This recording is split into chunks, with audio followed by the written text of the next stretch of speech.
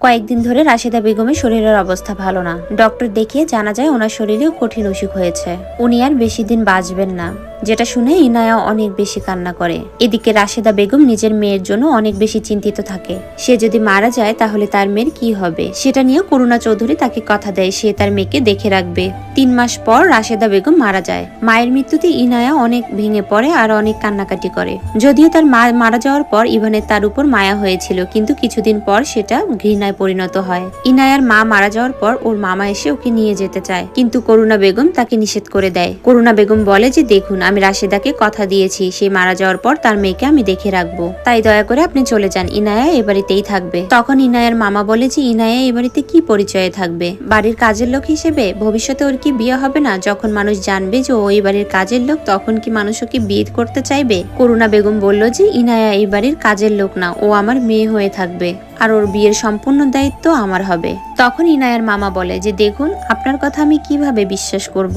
দেখুন, ইনায়া আমার সাথে থাকবে, দরকার হলে আমি আইনের সাহায্যে ওকে নিয়ে যাব এখান থেকে। এটা শুনেও করুণা বেগম কি করবে ভেবে পাচ্ছিল না। নিজের দেয়া ওয়াদা সে কিভাবে রাখবে? আর ওই মামা খুব লোভী ব্যক্তি, শুধু রাশিদার সম্পদের লোভে ইনায়াকে তার কাছে রাখতে চায়। করুণা বেগম কোনো উপায় না পেয়ে বাধ্য হয়ে নিজের ছেলের সাথে 7 বছরের ইনায়াকে বিয়ে দেয়। কিন্তু ইভান সেই বিয়ে মেনে নিতে কিছুতেই রাজি হয় না। ইভান বলেছে, মা তুমি বলেছো বিয়ে করতে, তাই করেছি, কিন্তু এই কাজের মেয়েকে আমি কখনো নিজের বউ হিসেবে মেনে নেব না। করুণা বেগম বলল, ইভান তোমাকে আমি মেনে নিতে বলছি না, ও বড় হোক, তারপর তোমাদের আবার নতুন করে বিয়ে হবে।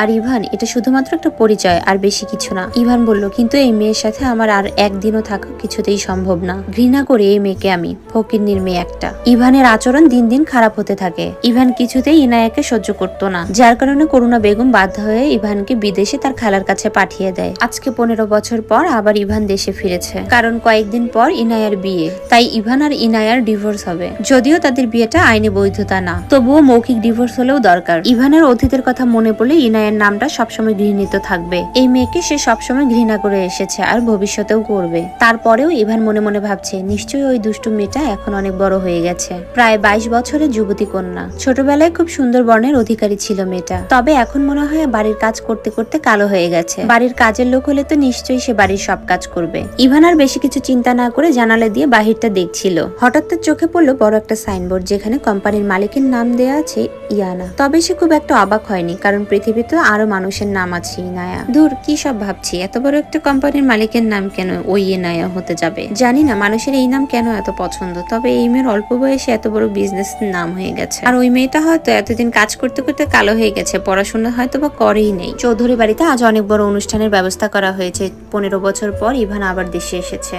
করুণা বেগম রান্নাঘরে গিয়ে ইভানের পছন্দের সব প্রকার রান্না করেছে সে আজ। ইভান বিদেশে যাওয়ার পর কারোর সাথে কোনো প্রকার যোগাযোগ রাখেনি। মায়ের সাথে কথা বলা দূরের কথা, তার ফেসও কখনো দেখতে চায় নাই সে। ইভান এত কিছু ভাবতে ভাবতে হঠাৎ করে গাড়িটা থেমে যায়। তারপর ড্রাইভার দরজাটা খুলে দেয়। ইভান গাড়ি থেকে নেমেই তার রাজকীয় বাড়িটা দেখতে পাচ্ছে। সেই 15 বছর আগে সেই রাজকীয় ভাবটা যেন এখনো রয়ে গেছে। ইভান বাড়ির গেট দিয়ে ভিতরে প্রবেশ করে। সেখানে তার পরিবারের সকল সদস্য তার জন্য অপেক্ষা করছে। ইভান বাড়ির সদর গেটে দাঁড়িয়ে থাকে। হঠাৎ করে উপর থেকে কেউ তার উপর হাজার হাজার ফুলের পাপড়ি ছড়িয়ে দেয়। ইভান সামনে তাকিয়ে দেখে তার ছোট বোন নাতাশা দাঁড়িয়ে আছে।